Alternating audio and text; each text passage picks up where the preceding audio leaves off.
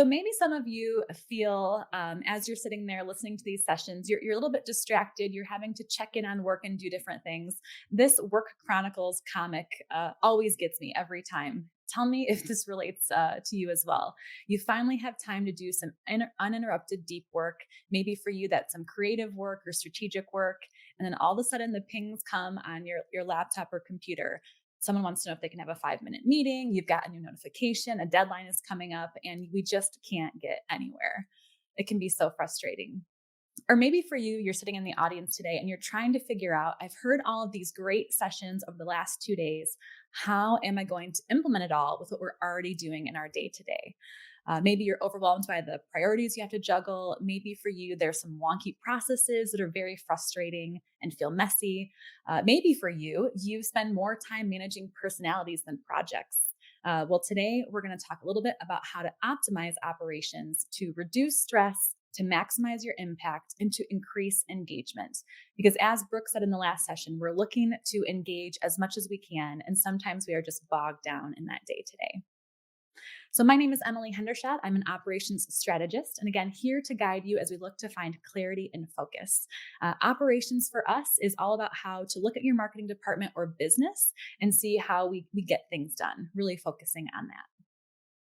There are three key areas we'll focus on today. The first is just identifying a few roadblocks that you may be experiencing. We'll also look to assess the tools and processes with questions that we've designed to just help you think about how to maximize your efforts and focus them. And then finally, we'll talk about some strategies, tips, and tools, if you will, to systemize your workflow. So when we talk about optimizing, the first question I get is, what do you mean exactly? Because it's such a buzzword right now. But also people talk about how maybe they've read some productivity books or different things. And so I want to clarify a few key terms as we get started. The first is that productivity is getting more out of the same, and efficiency is getting more output for less input. So when we're looking to optimize, it's really about being as efficient as possible in what we have. And so to optimize that is to make the best or most effective use of. And this can relate to a variety of things, whether it's a situation, an opportunity, a resource. And when we're talking about resources, it's human or financial. So those are the areas that we look at. When we think about optimizing something, there's really three questions I want you to think about during this session. The first is, what is being done? The second, what should be done? And finally, how do we make it better? Now, these questions are so simple, and that's kind of the point. We want to take some time to think about them and take a step back from our day to day. With all of the priorities and projects and tasks and responsibilities that add up, we don't always take a step back to think about these things.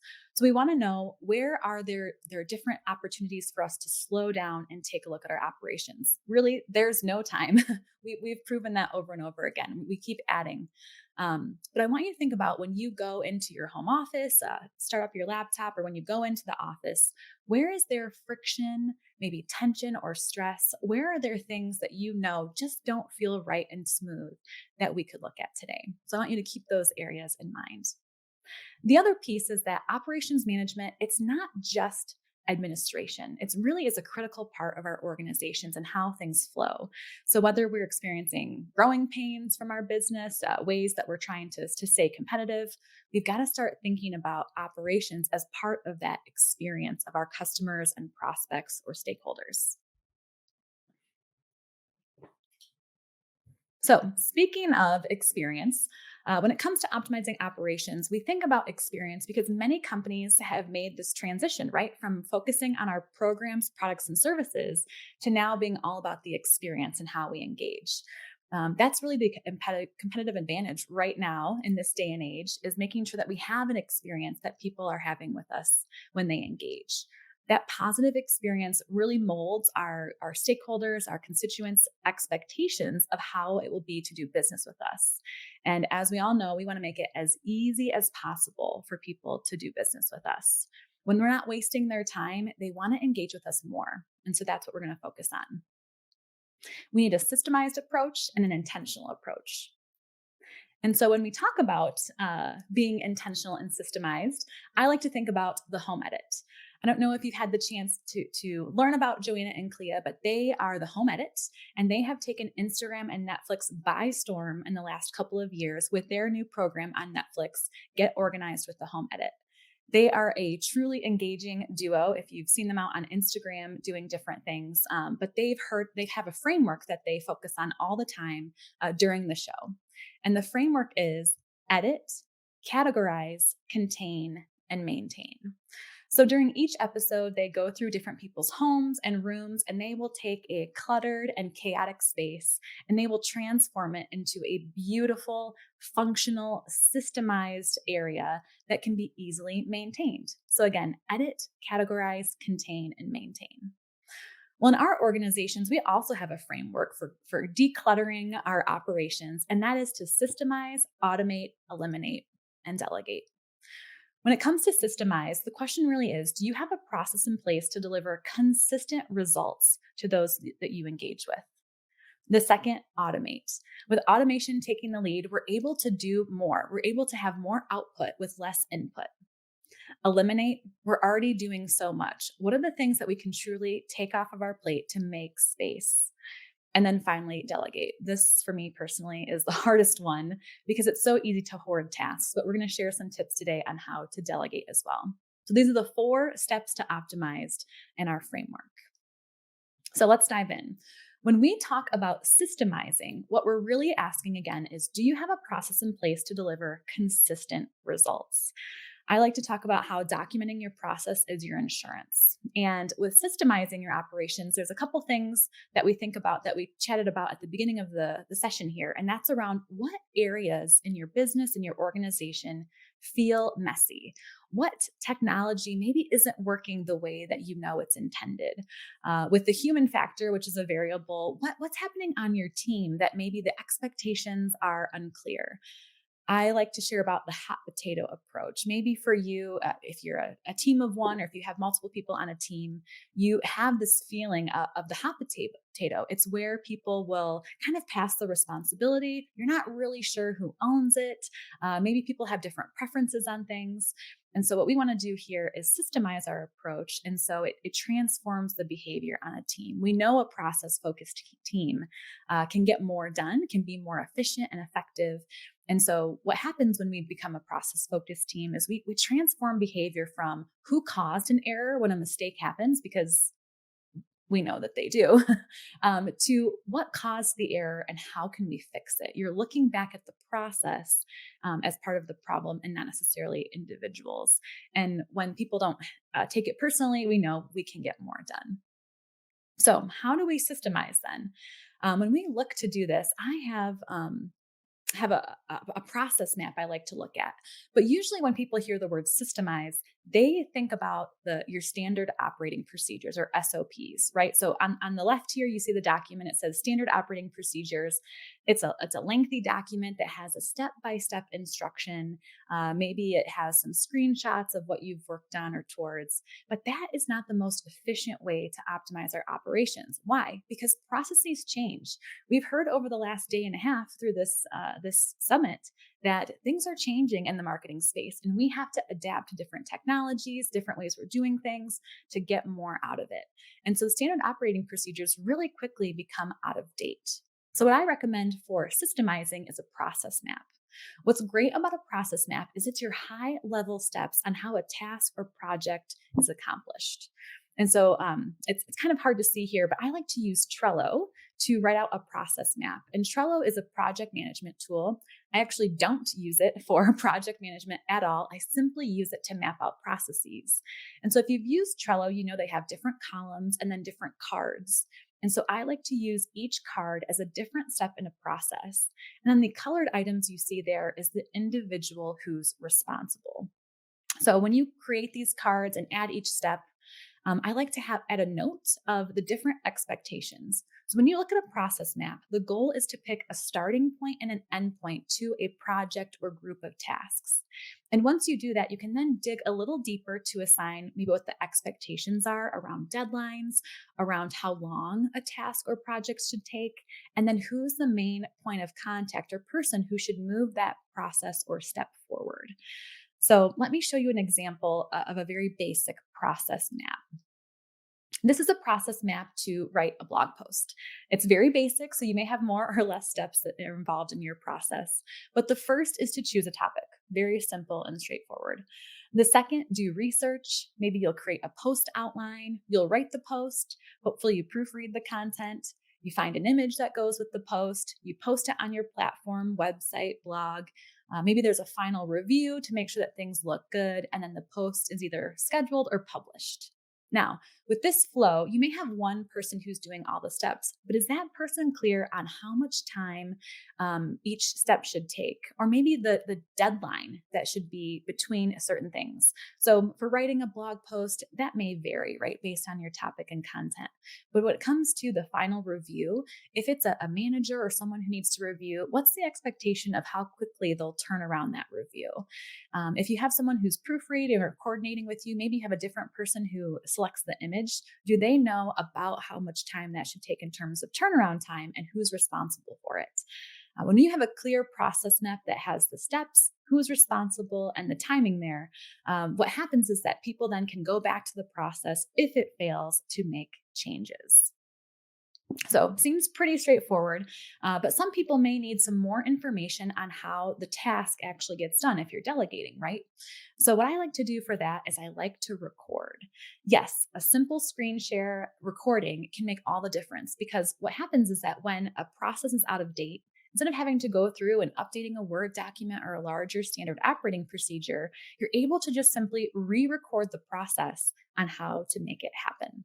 So I like to record for a variety of things beyond just the systemizing approach. I like to record for giving instructions to my team, maybe feedback on marketing copy. So I had a person I was working with who sent me something that they wanted to have reviewed and edited. And instead of making the changes in the document, I opened up a screen share and just talked through the different changes I was looking for. What happened is that the next time there was something for me to review, the edits came back and there were fewer and fewer over time. Because when this person who viewed the recording had to go back in and make the changes themselves, they took more ownership of what they were writing and submitting to begin with. They also found that the brand voice was getting closer and closer to what my expectations were. And so recording a simple video, 5 to 10 minutes, if you will, of just some changes. You don't have to have a meeting to get together. You save time there, but then also that person takes more ownership of what they own. So marketing copy is another great thing you can do to record. Maybe your vision for a design. So if you have something you're proofreading again, maybe you need to create something, a quick video, again, something that people can refer back to over time. You can point back to that will make it easier and less time to manage. Training for a new software, administrative processes. Maybe you're in the audience today and you've just learned something that you want your team to implement. You could host a meeting so that if they have any questions, they can ask, but you could also record a video so they have a baseline knowledge before you get together about what your expectations are about what happens next and what you learned. So a couple different options there. There are two free software that I recommend using for recording. The first is Loom. Loom is a great tool that you can share a link to a website with a video. There's a free version and there's also a paid version if you have more videos, but you can start with the free version. And then OBS Studio is a free software as well. You can download those videos you record and then you can save to whatever file sharing service you and your team use. The other piece about recording that I want to touch on ties back to our process map. So what I like to do is within Trello, wherever my card is for a certain process, in the flow, I like to save the process video link into that card so it's easy to reference and update. What's great about doing this, it's all in one place. The expectations are there and you can share when it was last updated. So those are a few tips on how to systemize your operations. I recommend that you start small. Pick something that just feels a little bit messy, a piece of a process even. Record a video so that your expectations are clear. The other thing that happened when I recorded videos is that I would find that some of the tasks I thought were happening a certain way on my team were actually happening a different way. So people were adding their own preferences, which can be okay. But if they take more time than what you expect, it's taking away from other things that may be higher value for you and your team. The point here is to save time so you can focus that more time on your highest value tasks. For many of us, that's engagement with our customers, or maybe it's creativity, design time, strategic time, but those higher value tasks where our talents are utilized most. So we've systemized. Now we're going to talk about how to automate. This one is a fun one.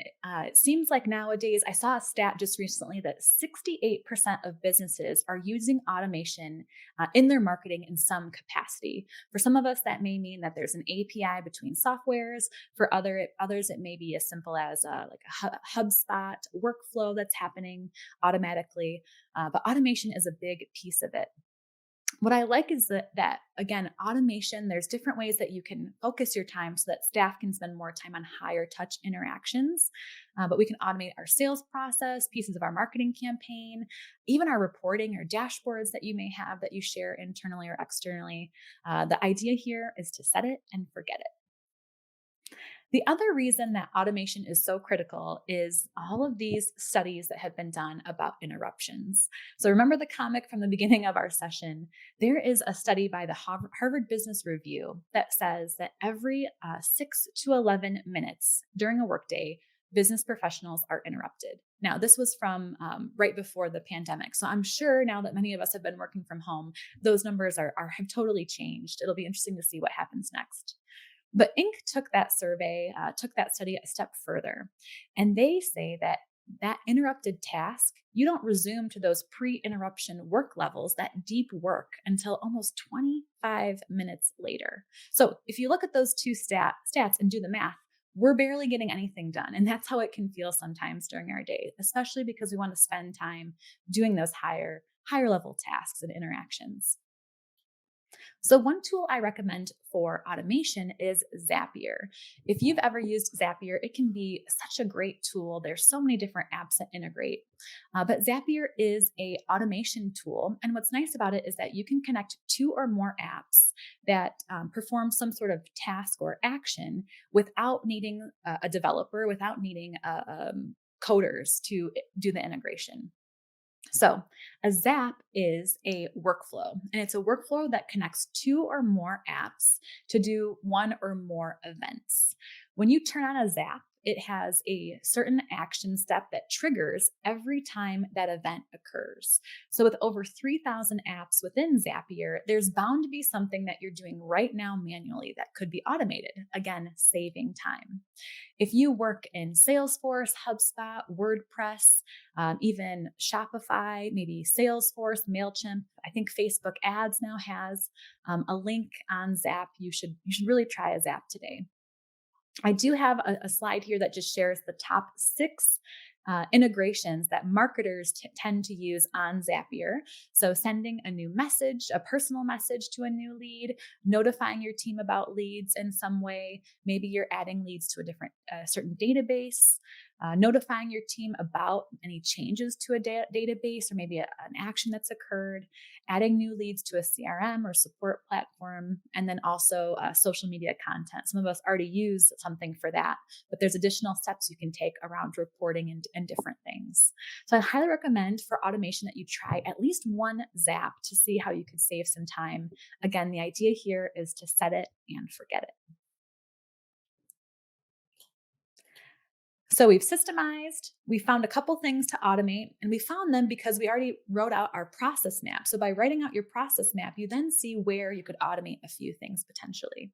So the next step is to eliminate. When you look at that process map, you might say, hey, there's a few things here that we really don't need to do anymore. Or you've tried it over time and now you realize it's not having the impact or effect that you had intended.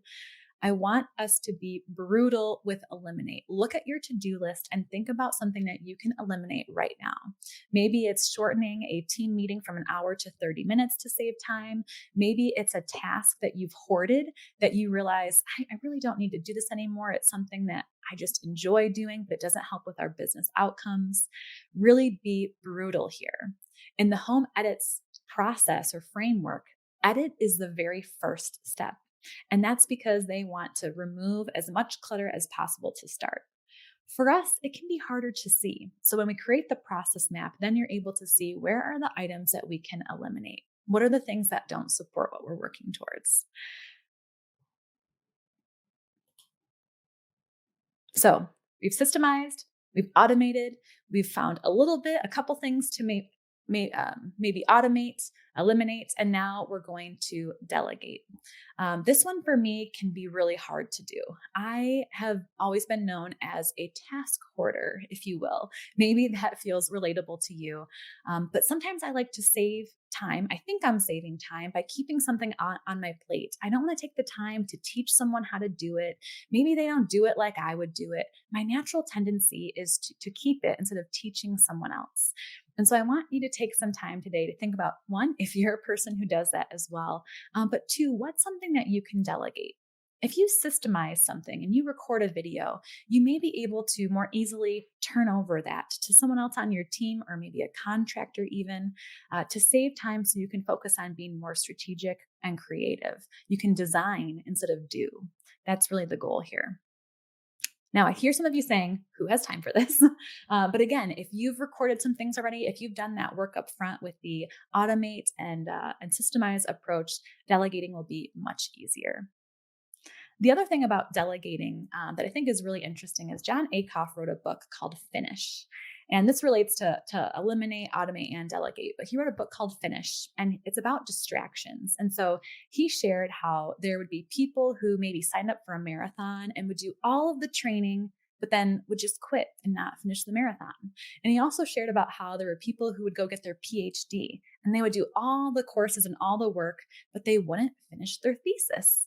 And so his whole point is he has two areas that are distractions to us. The first is a noble cause. A noble cause is a virtuous reason or excuse for not doing something. So I couldn't do XYZ towards my goal because I needed to help someone else with something that maybe they actually didn't need help with. It's a virtuous reason to not do something.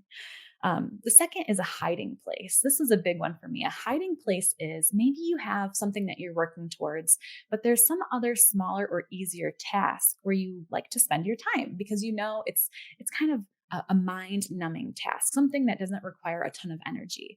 I have a number of hiding places, but it took some time to look at those things and say, one, do we even need to do it? And two, it's really probably something I could delegate to my team. So I want you to think about those things, noble causes and hiding places as you're looking to delegate or eliminate something from your plate. The other thing about delegating is that it starts to create some consistency, efficiency, and innovation within your team.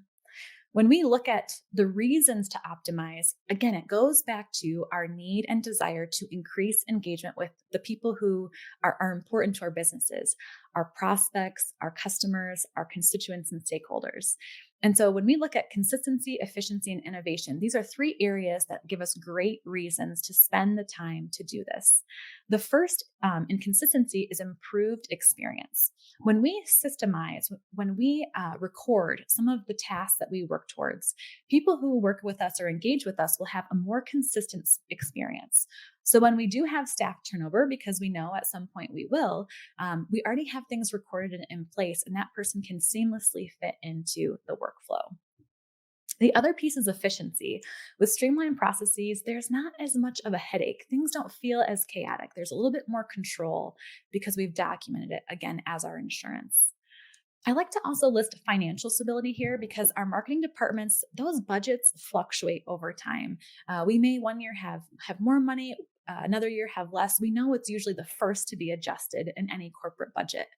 And so if we're able to streamline these things, if we're able to systemize, it's easier to see where we can plug and play if that fluctuations happens. And then finally, innovation, less time on tasks to focus more time on strategy and creativity. That's where we shine. That's where we want to focus. So those are three reasons that optimizing operations can be so important to your business and your marketing department. But there's a fourth one I want to share, and that's around scalability. So Oprah Winfrey has what's called the Oprah Effect. Her favorite things are out. She used to do it with her show, Oprah's Favorite Things. Now I think they're on Amazon. And so every year around the holidays, she would share some of her favorite things, whether it's a soap, a new robe, some new shoes, maybe a service. And on this list, there would sometimes be these really small businesses. And these businesses would have no idea they were going to be part of her favorite things, and overnight would have an increase in the number of inquiries, number of orders and questions around their program, product, or service. And some of these businesses would have a hard time keeping up because they weren't prepared to scale. So when we optimize our operations, when we look at the systems, when we figure out ways we can automate, when we eliminate some of the clutter, we're able to scale much quicker. And so if a celebrity or someone was to plug your organization, are you ready to handle that type of demand? That's why we want to optimize. Oprah's got a great list though, if you're interested. Um, so now that we've looked at how to systemize, automate, delegate, and eliminate some of our tasks, we want an action plan. So I challenge you today to think about something that you've learned from the last day and a half. We've got some sessions this afternoon, but think about something that you've learned already that you know you want to implement. I want you to take these couple steps and think about how that item fits into your current process and create a process map. Then you can map out who's going to be responsible for that new thing you're implementing, whether it's turning on the bots from Brooke's session or something else. But think about that thing. Think about what that process, very high level, will be. The second thing I want you to do is to record one video. So whether it's you explaining the tasks in your software that you use now, whether it's you just explaining what this awesome thing is that you learned before the recordings are available, I want you to record a quick video and share it with your team. You don't have to record a video. You can just record a screen share with audio, and that will work too. Third thing is I want you to eliminate one thing from your to-do list. So many of us are multitasking right now, listening to the sessions. Look at one thing on your list that you can just totally ignore, totally eliminate. And then finally, delegate something that you want to implement from this event. So whether it's you did the process map and delegate it, whether you record the video and delegate it, figure out what you can do there as well. Now, when I'm working with different organizations, one thing we have is an operations integration day. Not everyone has time to implement all of these different things at once. I'm not recommending that you implement all these things at once. I just want you to have these tips to be able to save some time to focus on your most high value tasks, the things that you actually want to focus on. But sometimes what's helpful is to have an operations integration day. And the way that we've framed these is to spend a half day or a full day looking at our workflows with our teams. Again, when we have a process focused team, when we create that buy-in, we know that we're able to get more done, and it's easier to add or eliminate things from what they work on as well. So to do an operations integration day, it's 5 simple steps. You just pick a day, put it on your calendar, and make sure that that time is guarded. I don't recommend using just an hour in between other meetings because you really want to make sure that you can focus the time to do a little bit of deep work here. The second is plan the agenda. It may be, you may desire to pick a lot of different workflows that you want to work through, but I really recommend picking a start and stop point to something small to get that quick win before you do too much with the team. When they see that you've gone through maybe a process map or you have recorded something to show them, they're going to start to see how having a process focused team can make a difference. The third step for the operations integration day is to determine who to have at the table. Sometimes we want to invite everyone, but we could be more strategic. Maybe there's someone on your team who is process focused, who'd really appreciate being a part of this.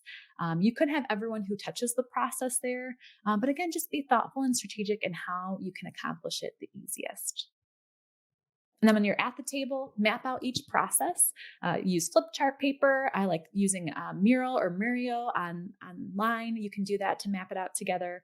And then action planning and team follow up. So after you've decided what the process is, the idea here then is to make sure to socialize it with the team. So that follow up and action planning is important. Make sure to outline who owns each step, and how it will be implemented, and then be sure to follow up to check and see if it works how you want it to. And if not, be open to making adjustments.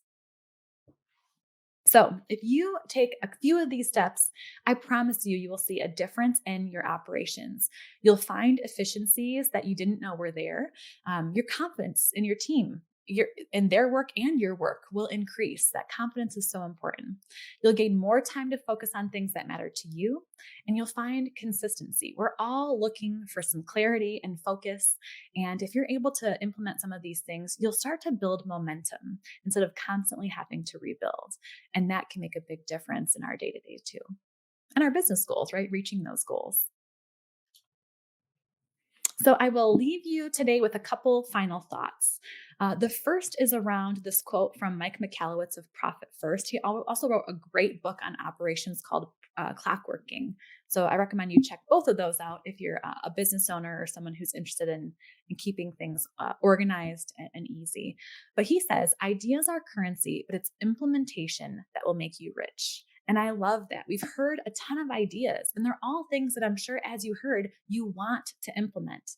But taking the time to make sure you implement will make the difference between finding those new customers and reaching your goals. So, as you're thinking about your operations over the next few days, I'd love for you to think about what's being done, what should be done, and how do we make it better. With that, I thank you so much for your time today. If you have any questions on processes or operations or anything I shared today, I'm happy to connect with you. My email is there, but you can also find me on LinkedIn. Thank you.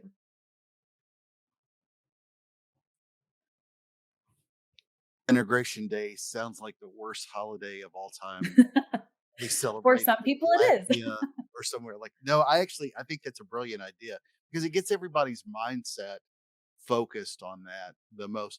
At least within the marketing realm, where do you find the most pushback, if you will, for this? Because again, you and I have spoken in person about this, and I've managed operations before. I've managed campaigns before. A lot of the people in the audience have done the same, and they're probably getting that feeling where they know that they need to improve on some stuff, but looking at it from an operational aspect as opposed to, you know, where we typically zone in on is a landing page or a blog piece or some sort of thing you're doing on social. Where do you get the most pushback with this, and where do you get the most acceptance of needing to change?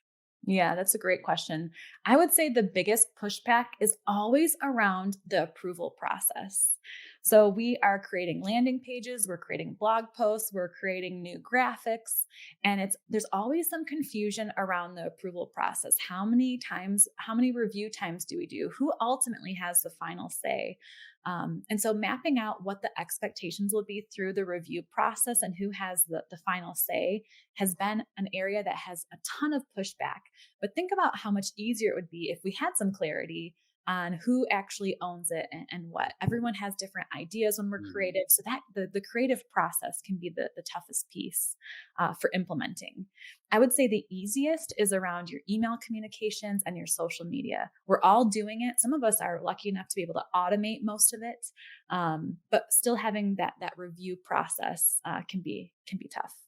Yeah. So one other question that we received, I'm Yeah. overwhelmed by everything day to day. Feels like things are constantly added and nothing removed. How do I make time to do this? Which is a great. I mean, everybody else is, you know, nobody ever has time anymore. So No. how do you make time for something like this on top of all the other stuff that you have to do? Yeah, that's a great Great question, and it's a hard answer because the answer is it depends. Yeah. But as we're getting to the end of the year, and as people are starting to think about 2022, I would just put something on your calendar. Make a commitment to yourself and put it on the calendar. Because even if you aren't able to do it with your full team, if you could just spend an hour or two looking at what you own, and maybe you write down your to-do list or have it in a planner or on the internet, like on your calendar, look through and say, what are the things that I could systemize or delegate? So just pick one small Mhm. thing to start. And once you see that that worked, you'll be willing to make the time. You'll find the time because you'll see that later on it'll save you time.